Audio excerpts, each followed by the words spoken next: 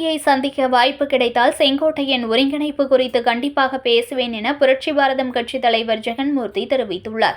திருவள்ளூரில் புரட்சி பாரத கட்சியின் தலைவராக பூவை ஜெகன்மூர்த்தி பொறுப்பேற்று 23 ஆண்டுகள் நிறைவடைந்ததையொட்டி செய்தியாளர்களை சந்திக்கும் நிகழ்ச்சி நடைபெற்றது. இதில் மாநில வழக்கறிஞர் அணி செயலாளர் வழக்கறிஞர் KM ஸ்ரீதர், மாநில செயலாளர் பழஞ்சூர் வின்சென்ட், மாநில தொழிற்சங்க செயலாளர் மதிவாசன், ஒன்றிய செயலாளர் ஒதிக்காடு தாமஸ், மாவட்ட இளைஞரணி செயலாளர் பிஞ்சிவாக்கம் சரவணன் உட்பட புரட்சி பாரதம் கட்சி நிர்வாகிகள் கலந்து கொண்டனர். அப்போது பேசிய அவர், தமிழகத்தில் மும்முனை போட்டிதான் நிலவும் எனவும் உறுதிபட தெரிவித்தார். புரட்சி பாரதம் கட்சி தமிழகம் முழுவதும் சுற்றுப்பயணம் மேற்கொண்டு அக்டோபர் மாதத்திற்குள் முடிக்க திட்டமிட்டு உள்ளதாகவும், காஞ்சிபுரம், செங்கல்பட்டு, திருவள்ளூர் என பொது கூட்டங்கள் நடத்தப்படும் எனவும், தமிழகத்தில் ஆணவ படுகொலைகள் நடப்பதாகவும், ஆதி திராவிட மாணவர்களுக்கான விடுதிகளை சமூக நீதி விடுதி என மாற்றியதை ஏற்றுக்கொள்ள முடியாது எனவும், சமூக நீதி விடுதி என மாற்ற என்ன அவசியம் எனவும், நாட்டில் சமூக நீதி இல்லை எனவும் அவர் தெரிவித்தார். தூய்மை பணியாளர்கள், அரசு ஊழியர்கள் காலி பணியிடங்களை நிரப்புவதாக கூறி ஆட்சிக்கு வந்து அவற்றை நிறைவேற்றவில்லை எனவும், ஸ்டாலினின் வெளிநாட்டு பயணம் வாய்மொழியாகவும் விளம்பரத்திற்காகவும் சொல்கிறார்கள் எனவும், டிசம்பர் மாதத்திற்குள் மக்கள் நல கூட்டணி போன்று விஜய் தலைமையில் கூட்டணி நடக்க இருக்கிறது எனவும், திமுக கூட்டணியில் இருந்து 4 கட்சிகள் வெளியேறி திமுக கூட்டணியில் இல்லாமல் தனியாக இருக்கும் எனவும், அதிமுகவோடு கூடுதல் கட்சிகள் இணையும் எனவும், தமிழகத்தில் மும்முனை போட்டிகள் நிலவும் எனவும், யார் வெற்றி என்பது மக்கள் கையில் உள்ளது எனவும், அதிமுக தவிர தொடர்ந்து ஆட்சிக்கு வர எந்த கட்சியும் வராது, அதிமுக மட்டும்தான் வரும் எனவும், தற்போது வரை அதிமுக கூட்டணியில் புரட்சி பாரதம் உள்ளதாகவும் தெரிவித்தார். புரட்சி பாரதம் யாருடன் கூட்டணி என்பதை ஜனவரி மாதத்தில் விவாதித்து முடிவு எடுக்கப்படும் எனவும், கூடுதலாக இடங்களை கேட்டு பெறுவது எனவும், செங்கோட்டையன் விவகாரம் குறித்து கூட்டணி மட்டுமே உள்ளதாகவும், உட்கட்சி விவகாரம் எனவும் அவர் தெரிவித்தார். OPS செங்கோட்டையன் தனி கட்சி ஆரம்பித்தால் மக்கள்தான் பார்க்க வேண்டும் எனவும், அதிமுக ஒன்றிணைந்தால் ஊர்கூடி தேர் இழுப்பது சிறந்தது, அது நடந்தால் நல்லது எனவும் அவர் கூறினார். விஜய் கூட கூட்டணியா என்ற கேள்விக்கு, தேர்தல் வர இன்னும் 6 மாதங்கள் இருக்கிறது எனவும், விஜய் சுற்றுப்பயணம் அரசியல் தலைவராக சரி எனவும், அதற்கு வாழ்த்துகள் எனவும் தெரிவித்த அவர், எதிர்க்கட்சிகளை ஒடுக்க நினைப்பது ஆளுங்கட்சிக்கு இயல்பு எனவும், அதுதான் விஜயின் சுற்றுப்பயணத்திற்கும் நடக்கிறது என்றும் தெரிவித்த அவர், VCK ஏர்போர்ட் மூர்த்தி இடையிலான போட்டி குறித்த கேள்விக்கு விமர்சனங்களை தாங்கிக் கொள்ள வேண்டும் எனவும், விமர்சனங்களை ஏற்றுக்கொள்ள முடியாதவர்கள்தான் சண்டை போடுகின்றனர் எனவும் அவர் தெரிவித்தார். நயினார் நாகேந்திரன் செயல்பாடுகள், அவர் தமிழக தலைவராகவும் தேசிய கட்சியின் அவர் பயணித்து வருகிறார் எனவும், டிடிவி குறித்த கேள்விக்கு நயினாரிடம் தான் கேட்க வேண்டும் எனவும் அவர் தெரிவித்தார். எடப்பாடி பழனிசாமியை சந்திக்க வாய்ப்பு கிடைத்தால் செங்கோட்டையன் இணைப்பு குறித்து கண்டிப்பாக வலியுறுத்துவேன் எனவும் அவர் தெரிவித்தார். அதன் அடிப்படையில் இன்னும் வேகமாக, இன்னும் எழுச்சியோடு தமிழ்நாடு முழுக்க சுற்றுப்பயணம் செய்து இந்த மக்களை, குறிப்பாக பட்டியலின மக்களை ஒன்றிணைத்து இந்த அரசின் சார்பாக இந்த மக்களுக்கு என்னவெல்லாம் கிடைக்கிறது, கிடைக்கவில்லை, எப்படியெல்லாம் இந்த மக்கள் வாழ்ந்து கொண்டு இருக்கிறார்கள் என்பதை நாடு அறியும். பல்வேறு பிரச்சனைகளிலே சிக்கியிருக்கின்றவர்களும், குறிப்பாக ஆணவ படுகொலைகளும், தற்பொழுது கூட கடந்த மாதத்திலே திருநெல்வேலியில் நடந்த படுகொலை பார்த்திருப்பீர்கள். இதுபோல் தமிழ்நாடு முழுக்க இந்த படுகொலைகள் நடந்து கொண்டிருக்கின்றது. அதே போல் அரசு சார்பாக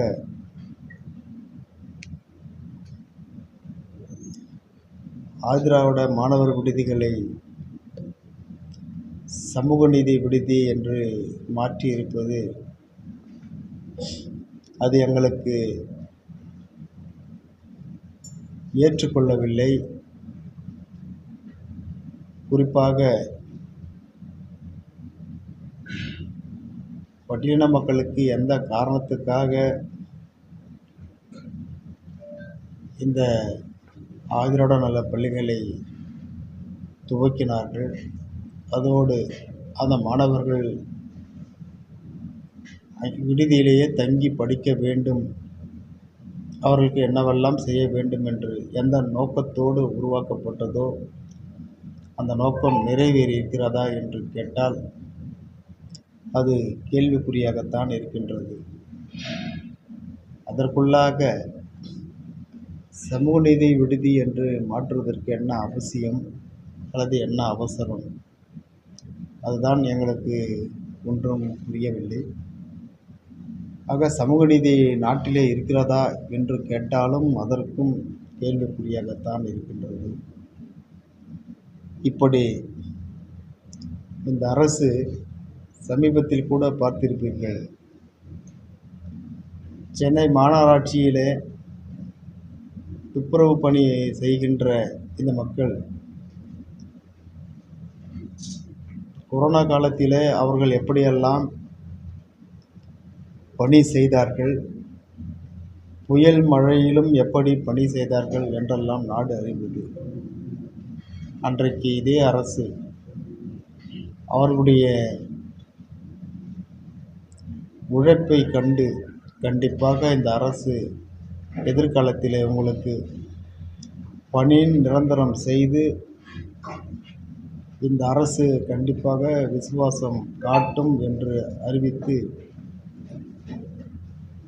ஏற்கனவே வாங்கி கொண்டிருக்கின்ற சம்பளத்தை விட இன்னும் 7,000 குறைவாக கொடுத்து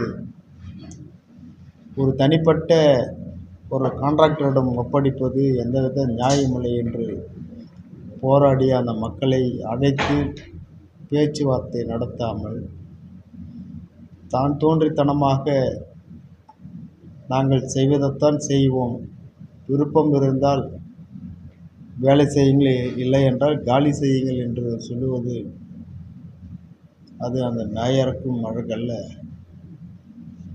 இந்த அரசுக்கும் அழகல்ல என்பதை மக்கள் நொந்து போய் இருக்கிறார்கள்.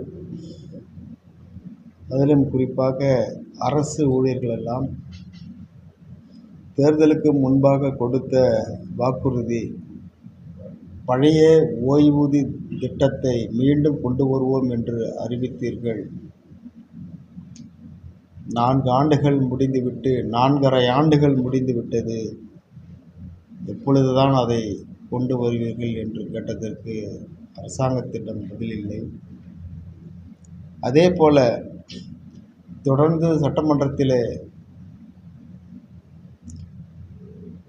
எஸ்சிஎஸ்னுடைய காலி பணியிடங்கள் 10,000க்கும் மேற்பட்ட காலி பணியிடங்கள் இருக்கிறது. அதை திமுக ஆட்சிக்கு வந்ததும் அதை நிறைவேற்றும் என்று சொன்னார்கள். இன்று வரையில் எத்தனை பேர்களுக்கு வேலைவாய்ப்பை வழங்கியிருக்கிறார்கள் என்கின்ற எந்த விதமான ஒரு அறிக்கையும் இதுவரையில் இல்லை. இப்படி எதிர்க்கட்சியாக இருக்கின்ற பொழுது சொல்லுகின்றதையெல்லாம் ஆளும் கட்சியாக வருகின்ற பொழுது ஏன் அதை நடைமுறைப்படுத்தவில்லை அல்லது செயல்பாட்டிற்கு கொண்டு வரவில்லை என்றுதான் மக்கள் பல கேள்விகளை கேட்டுக்கொண்டிருக்கிறார்கள். இப்படிப்பட்ட சூழ்நிலையில் வெளிநாடு சென்று முதலமைச்சர் ஜெர்மனிக்கும் இங்கிலாந்திற்கும் சென்று 15,000 கோடிக்கு மேல் தமிழகத்திற்கு வேலை துவங்க கொண்டு வந்து இருக்கிறோம் என்று சொல்லியிருக்கிறார்கள். அதற்கான புரிந்துணர்வு ஒப்பந்தமும் செய்திருக்கிறது என்று சொன்னார்கள். எந்தெந்த நிறுவனங்கள் எவ்வளவு பணத்தை முதலீடு செய்கிறது? கடந்த வருடம் இதே அரபு நாடுகளுக்கு சென்று இதேபோல் முதலீடுகளை பெற்று வந்தார்கள். எவ்வளவு பணம் எந்தெந்த இடங்களிலே இந்த கம்பெனிகள் துவங்கி இருக்கிறார்கள், எத்தனை பேர்களுக்கு வேலைவாய்ப்பு கிடைத்திருக்கிறது என்கின்ற எந்த விவரமும் இல்லை. தற்பொழுதும் எந்த விவரமும் இல்லை. ஆக அரசு எல்லாம் வாய்மொழியாகவும் விளம்பரத்திற்கு மட்டும் சொல்லுகிறார்கள். ஆனால் இதுவரை எந்த விதமான வேலைப்பாடுகளும் நடக்கவில்லை என்பதுதான் ஒரு விந்தையாக இருக்கின்றது. அதே போல் எதிர்கட்சிகள் சுக்கு நூறாகிவிடும். ஆளுங்கட்சியில் இருக்கின்ற கூட்டணி மட்டும் மிக வலிமையாக இருக்கிறது. மீண்டும் நாமே வெற்றி பெற்று ஆட்சிக்கு வருவோம் என்று சொல்லுகின்ற இந்த ஆளும் கூட்டணி கண்டிப்பாக டிசம்பர் மாதத்திற்குள் கடந்த தேர்தலில் நடந்த மக்கள் நல கூட்டணியைப் போல விஜய் தலைமையில் ஒரு கூட்டணி நடக்க இருக்கின்றது. திமுக கூட்டணியிலிருந்து 4 கட்சிகள் வெளியேற இருக்கிறது. திமுகவிற்கு கூட்டணி இல்லாமல் தனியாகத்தான் இருப்பார்கள். அதேபோல் அதிமுக கூட்டணிக்கு ஒரு சில கட்சிகள் வந்து சேர்ந்துவிடும். ஆக இந்த தேர்தலை பொறுத்தவரையில் மும்முனை போட்டியாகத்தான் கண்டிப்பாக இருக்கும். அதில் யார் வெற்றி பெறப் போகிறார்கள் என்பது மக்களுடைய கைகளிலே இருக்கின்றது. அதே நேரத்தில் அனைத்து இந்திய அண்ணா திராவிட முன்னேற்ற கழகத்தை தவிர ஆட்சியிலிருந்து மீண்டும் அதே கட்சி ஆட்சிக்கு வருவது என்பது அதிமுக தான். மற்ற கட்சிகளுக்கு அது வாய்ப்பு இல்லை என்று தான் தெரிகிறது. கண்டிப்பாக அதுதான் நடக்கும். ஆக தற்பொழுது வரை புரட்சி பாரதம் அதிமுக கூட்டணியில் இருக்கின்றது. வருகின்ற ஜனவரி மாதம்தான் எப்பொழுதும் புரட்சி பாரதம் கட்சியுடைய பொதுக்குழு கூடி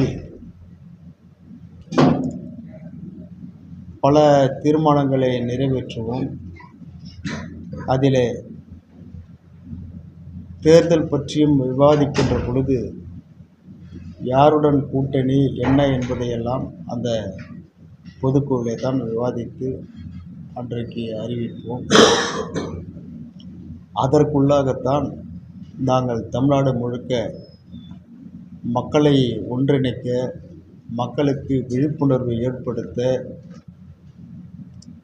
சட்டமன்றத்திலே புரட்சி பாரதம் உறுப்பினர் என்னவெல்லாம் இந்த மக்களுக்காக பேசியிருக்கிறார், என்னவெல்லாம் திட்டங்களை நடைமுறைப்படுத்த வேண்டும் என்று சொல்லியிருக்கிறார், அவருடைய கோரிக்கைகள் என்னவெல்லாம் நிறைவேறி இருக்கிறது, என்னவெல்லாம் அரசாங்கம் நிறைவேற்றாமல் இருக்கின்றது, இதையெல்லாம் மக்களிடத்தில் விளக்கி சொல்லி ஜனவரி மாதத்திற்குள் 15 கூட்டங்களை நடத்தி முடிக்க வேண்டும் தமிழ்நாடு முழுக்க என்று திட்டமிட்டிருக்கின்றோம். அதற்குத்தான ஒரு கூட்டம் முடிந்திருக்கின்றது. இனிமேல் மிக வேகமாக எழுச்சியோடு இந்த கூட்டங்கள் நடந்து கொண்டு இருக்கும். மக்களை சந்திப்போம்.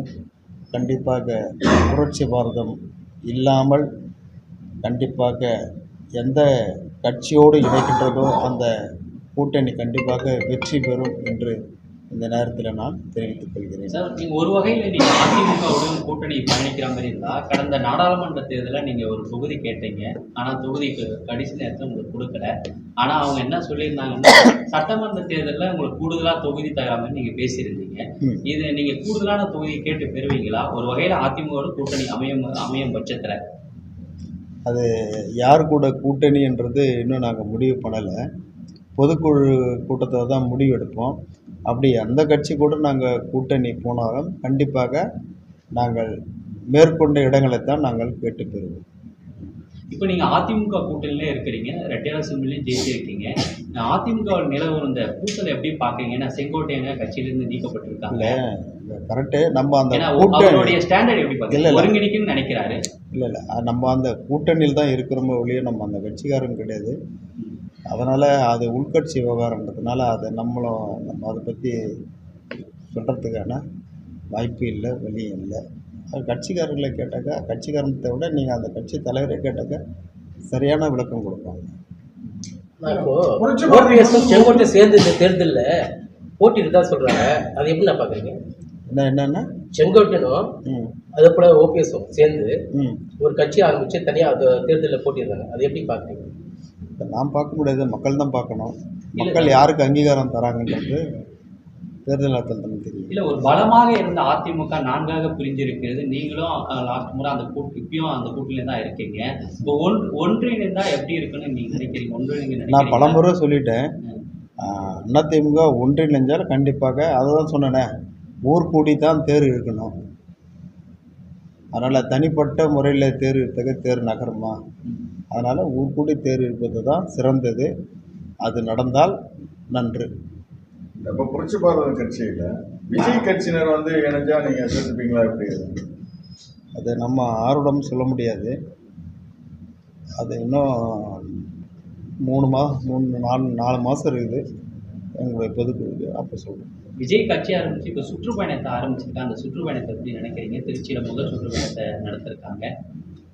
இல்லை, அவர் சுற்றுப்பயணம் வர்றது வந்து மக்களை சந்திக்கணுன்றது வந்து ஒரு அரசியல் தலைவருக்கு அது சரிதான். அது அதனால் உண்மையாகவே அவர் சுற்றுப்பயணம் போய் வருதோம், மக்களை சந்திக்கிறதும் எங்கள் கட்சி சார்பாக நாங்கள் அவருக்கு வாழ்த்து தெரிவிக்கிறோம். நல்லது தான். இப்போ அவரோட சுற்றுப்பயணத்தில் நிறைய இடத்துல வந்து பர்மிஷன் கொடுக்குறதுல நிறைய சிக்கல் பண்ணுறாங்க போலீஸு. இதை எப்படி பார்க்குறீங்க? எதிர்கட்சிகளை ஒடுக்கணும்னு நினைக்கிறது இயல்பு தானே ஆளுங்கட்சிக்கு. அதுதான் பண்ணுறாங்க. புரட்சி பாரதம் சுற்றுப்பயணம் அதை தான் பண்ணிக்கிறோமே. ஒரு மாதத்துக்கு 3 பொதுக்கூட்டம் அங்கங்கே தமிழ்நாடு முழுக்க எல்லா மாவட்டத்திலையும் நடக்குது கூட்டம். அதுக்கு முதற்படியாக காஞ்சிபுரம் மாவட்டத்தில் ஸ்ரீபெரும்புதூரில் நடத்தியிருக்கிறோம். அடுத்தது வந்து செங்கல்பட்டு மாவட்டம் சார்பாக மதுராந்தகத்தில் நடத்துகிறோம். திருவள்ளூர் வந்து கிழக்கு சார்பாக பொன்னேரியில் நடத்துகிறோம். அதேபோல் ராணிப்பேட்டை மாவட்டத்தில் நடத்துகிறோம். தொடர்ந்து கூட்டம் நடந்து தான் இருக்குது. வேலூர் மாவட்டத்துலேருந்து கோட்டை மைதானத்தில் நடத்துகிறோம். இது எல்லாமே வந்து கிட்டத்தட்ட 15 கூட்டம் வந்து டிசம்பருக்குள்ளே முடியும். மீதி ஒரு 3 கூட்டம் வந்து ஜனவரி மாதத்தில் முடியும். ஆனால் 2 நாளைக்கு முன்னாடி விசிகாவுக்கும் ஏர்போர்ட் முக்கிக்கும் மோதல் ஏற்பட்டுருக்கு. இதை எப்படி பார்க்குறீங்க? அதாவது விமர்சனம் என்பது அது அரசியலில் வந்து அது சாதாரணமாக தான் எடுத்துக்கணும். யாராக இருந்தாலும் திமுக வந்து அதிமுக விமர்சனம் பண்ணுவாங்க, அதிமுக திமுக விமர்சனம் பண்ணுவாங்க. இந்த மாதிரி எல்லா கட்சியும் வந்து விமர்சனம் பண்ணாங்க. அந்த விமர்சனத்தை தாங்க முடியாதவங்க, ஏற்றுக்க முடியாதவங்க நேரடியாக களத்தில் இறங்கி சண்டை போடுறதுன்றது அது அராஜகம் தானே. அதுதான் நடந்துருக்குது. அது யாராக இருந்தாலும் அது வந்து தவறு தான். விமர்சனங்களை தாங்கிக் கொள்ள வேண்டும், பொறுத்து கொள்ள வேண்டும், சகித்து கொள்ள வேண்டும். அதுதான் உண்மையான அரசியல்வாதிக்கு அழகு. பாஜக தலைவர் நயனா நாகேந்திரனுடைய செயல்பாடு எப்படி பார்க்குறீங்க? ஏன்னா ஓபிஎஸ் வந்து பிரதமரை வந்து சந்திக்க நேரம் கட்டது இவர் வந்து கொடுக்கலன்ற ஒரு குற்றச்சாட்டு வைக்கியிருக்காங்க. அதேபோல் டிடிவி தினகரனும் அந்த கூட்டிலேருந்து விலகி வந்திருக்காங்க. அவர் வந்து டிடிவி எல்லாமே 2 பேரும் நயனா நாகேந்திரன் வந்து குற்றச்சாட்டுறாங்க. அவருடைய செயல்பாடு நீங்கள் எப்படி பார்க்குறீங்க? ஏன்னா நீங்கள் அதிமுகவுடைய இணைந்து இருக்கீங்க. இல்லை, அவர் தமிழ்நாட்டுக்கு தலைவர், அவர் தேசிய கட்சி, தமிழ் மாநிலத்துக்கு அவர் தலைவர். அவருடைய பணி அவர் செய்கிறாரு. அதில் என்ன ஏதுன்றது அது நமக்கு இல்லை ஏன் அவருக்கு சந்திக்கிறதுக்கு ஏன் வாய்ப்பு வாங்கி தரலையோ, இல்லை அவரு டிடிவி வெளியே போகிறதுக்கு காரணத்தில் எங்களுக்கு எப்படி தெரியும்? நீங்கள் இந்த கேள்வியை நேராக நயினாரே கேட்டால் சொல்லிட்டு போகிறாரு. இப்போ அதிமுக கூட்டணியில் இருக்கிறீங்க. அதற்கு காரணமாக இப்போ செங்கோட்டையனையும் அவரையும் எடப்பாடி அவரையும் இணைக்கிறதுக்கான ஏதாவது முயற்சிகள் உங்கள் கட்சி மூலம் எடுக்கப்படுங்க? கண்டிப்பாக எடப்பாடியாரை நான் பார்க்க வாய்ப்பு கிடைக்கின்ற போது அது சம்பந்தமாக நான் அவரிடத்துல பேசுவேன். இல்லை நீங்கள் சந்திக்கும் போது ஒருங்கிணைந்து செயல்படுத்துறதுக்கான வலியுறுத்துவீங்களா? இல்லை, அதுதான் சொல்கிறேனே, நான் அவரை சந்திக்கின்ற பொழுது கண்டிப்பாக இதை பற்றி நான் அவரிடம் பேசுவேன்.